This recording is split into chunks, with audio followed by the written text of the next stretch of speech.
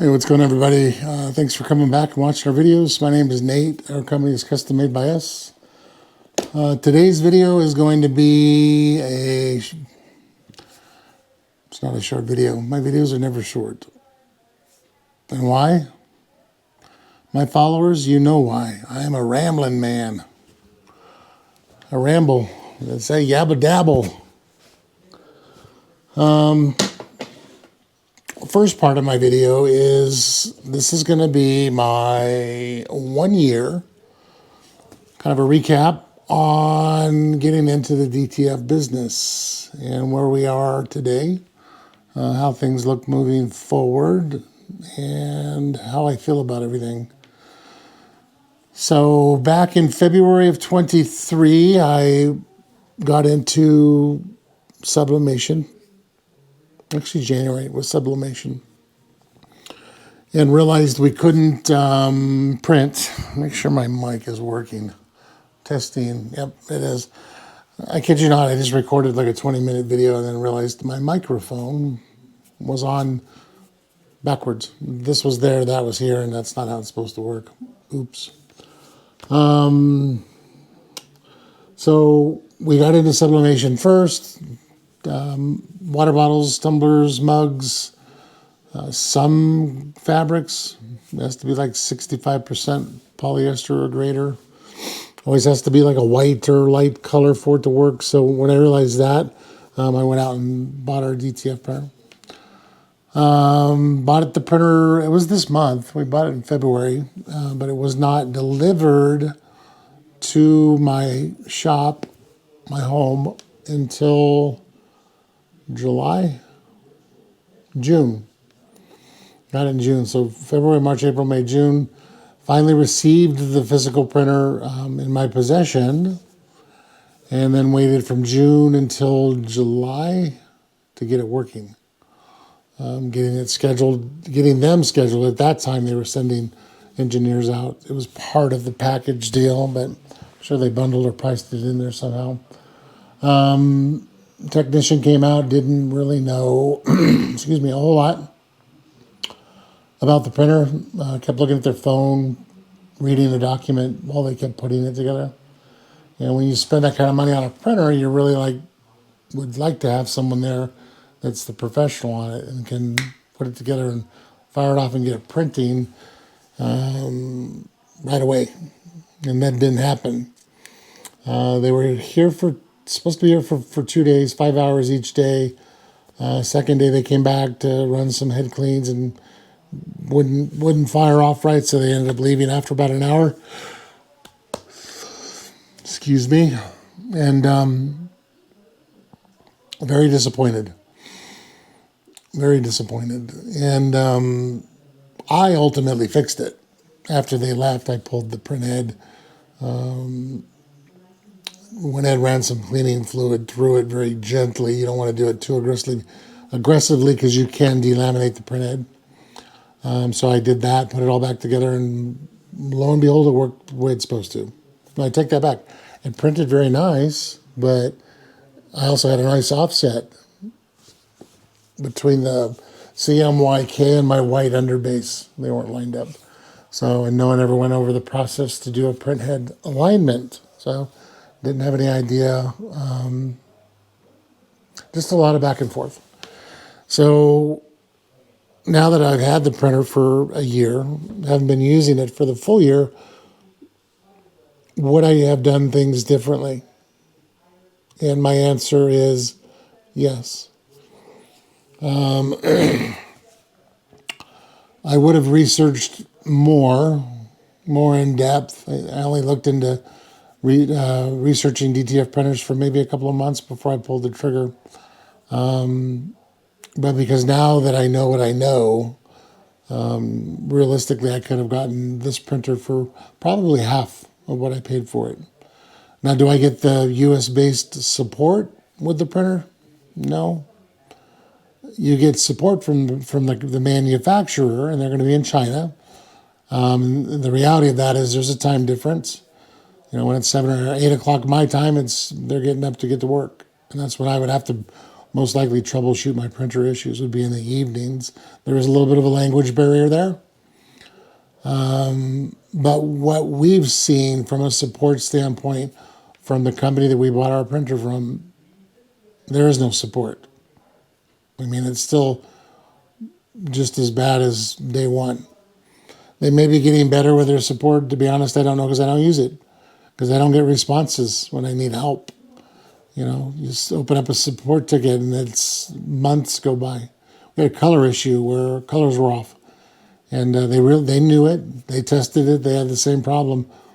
Probably 4 months went by until I was told to use some different software, which I tried using, and the software was a pile of crap.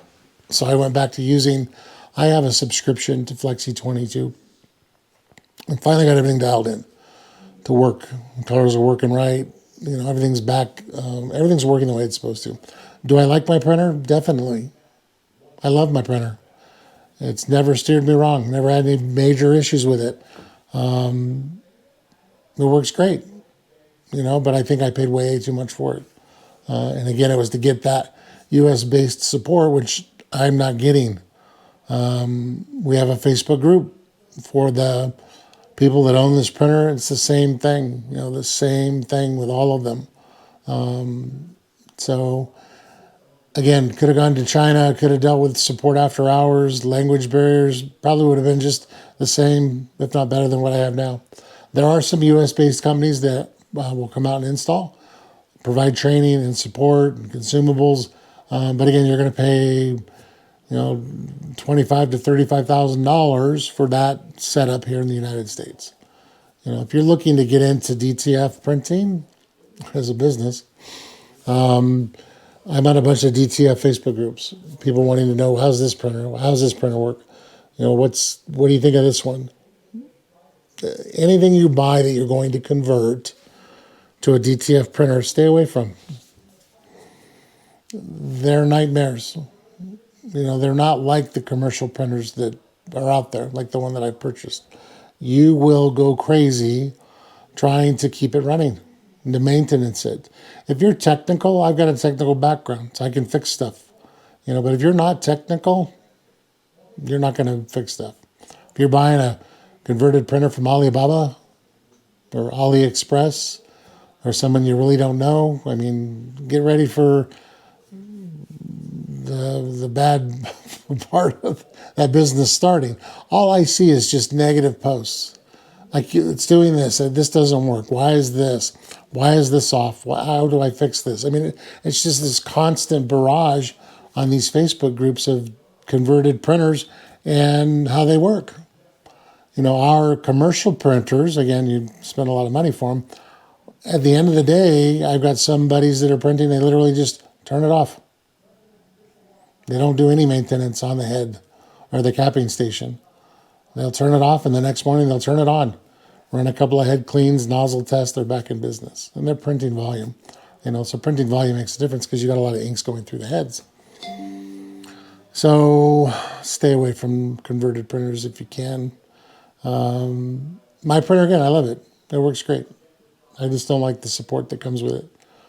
Maybe it might change as they learn more about these printers that they're selling. Obviously, they're not the manufacturer. I know who the manufacturer is now, and could probably get a printer, this exact same printer, for half what I paid for it. So, and because I don't really need support, because I'm a technical person and can fix things on my own, I think I'd do pretty well. I think that's the path I'll take when I buy my next printer. So, just to do that. So recap, 1 year, we've done a lot of business. We've been fairly busy off and on with different things. The DTF side of the business didn't explode, which I didn't expect it to anyways, but we've stayed relatively busy.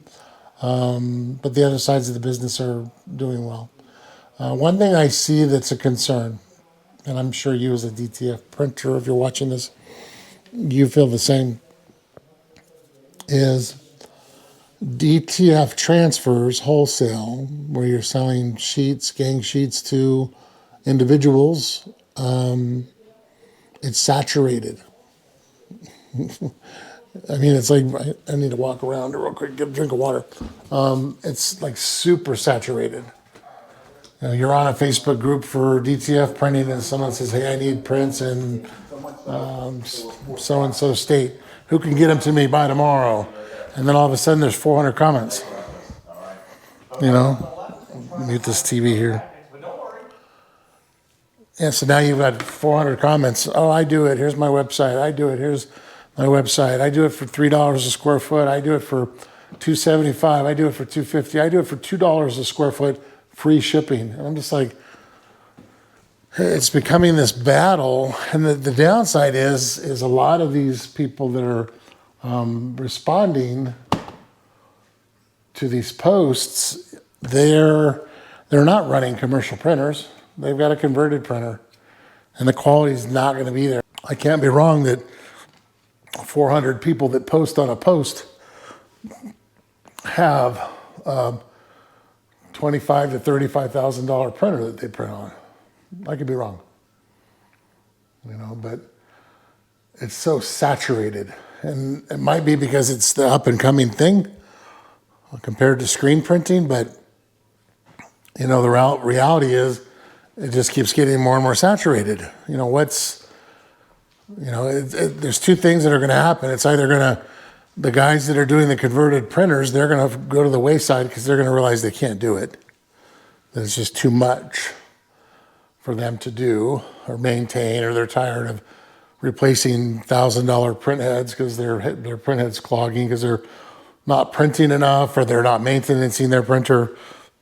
You know, so that's one option, as they just go away. I think that's the only option. They just need to go away. So, and I don't think they will. Not any time in the near future. I don't foresee that. So I think it's going to keep saturating.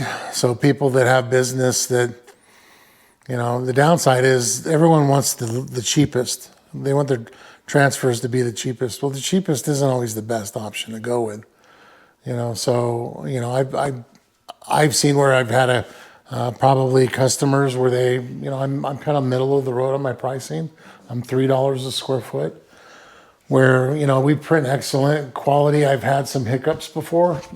You know, this is our first year in the print business, and you know, you're gonna go through some learning curves and some challenges, and you know, that's kind of the sad thing is we had a good customer and had some print discrepancies. And it was my fault. I made the changes. Everything was printing fine. And then I'm like, oh, you know what? That sounds like a better setting to set it to, because that's what everyone else is doing. So I set my setup to be more reflective of what that setup was. And then that's when I had some problems. And it was something I didn't see. When you print, if you undercure a print, the glycol in the white ink doesn't burn out. It sits under the powder, and when the powder cures, you don't see it right away. If you give it a couple hours or a day or so, you'll notice that your prints get oily. And again, that's the glycol. Well, with us, when we print, I print it out, I review it, I roll it up, and it goes out the door. So you don't see that, and then she gets it a week later, or you know, however many days later, when you press an undercured transfer to your garment, you see it. There's little white splotches all over it, and tried to make it right. You know, I reprinted the order for them. I either reprinted or gave them a refund. I don't remember what it was, but that's it. You know, you have one little mishap, and then all of a sudden, they're on to the next DTF printer provider. So kind of a sad situation. Again, my business, we're big on customer service. I mean, big on customer service. You message me, you're gonna get a response. I mean, you go to my website, you've got a contact us form, you've got a chat interface. Our phone number's up at the top of the website. You call during our regular business hours, we'll pick up. If we don't, leave a voicemail, we're gonna call you right back. You know, a lot of DTF sites that I go to check out, there's no phone number. I've found some sites that don't even have there's no contact form, no chat interface, no email address, no phone number. I'm like, okay, you really don't want people contacting you.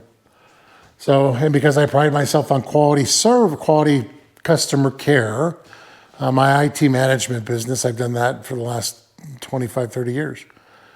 Quality to me is number one. Customer service is number one. So even though we had that quality level of number one, it's some people are just like, well, that's enough. I'll go somewhere else. Well, I found it cheaper. It's 25 cents a foot cheaper over here. I'm going to get it from them. So I'm starting to realize that in this business is, unfortunately, if you get some customers, depending on things, you may not have loyalty with them, regardless of how great you are to, be there for them. So kind of the downside. So yeah, the year's been good. We went to the DTF Expo in Phoenix, and that for me was a joke. I expected it to be bigger and have more going on, but maybe more newer technologies, things that are up and coming. But that just wasn't the case. Everything I saw, I already knew, and it was really relatively small. I mean, if you walked around and kind of glanced at everything that was there, through the whole area that you're in, 5-10 minutes, you're done walking around. So it wasn't the best. There were some vendors there, printer vendors, some consumable vendors. The guys from CADLink Digital Factory, they were there. The guys for Flexi, their SAI is their company, they were there. So I stopped and spoke with a couple of them about things, and but if I knew what the expo was going to be like, knowing what I know now, I wouldn't have gone. It was for Saturday and Sunday. We went one day. We went Friday, and then Saturday we didn't go back.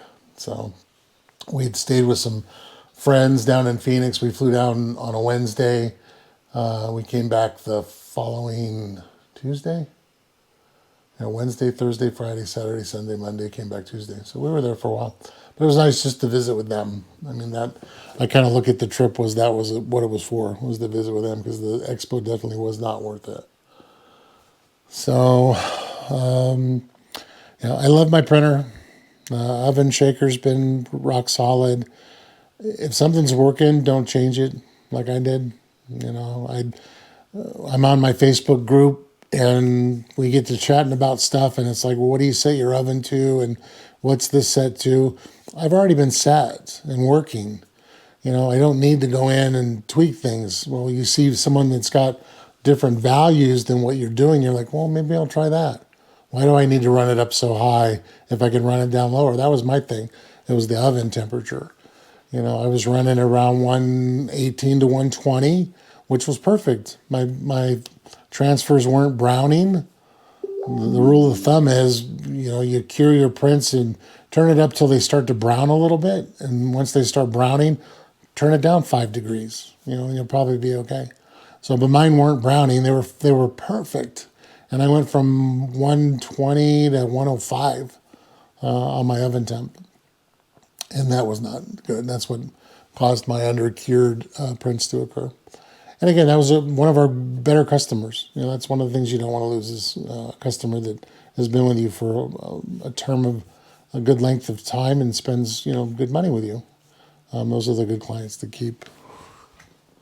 So, but we keep busy. That's the thing. I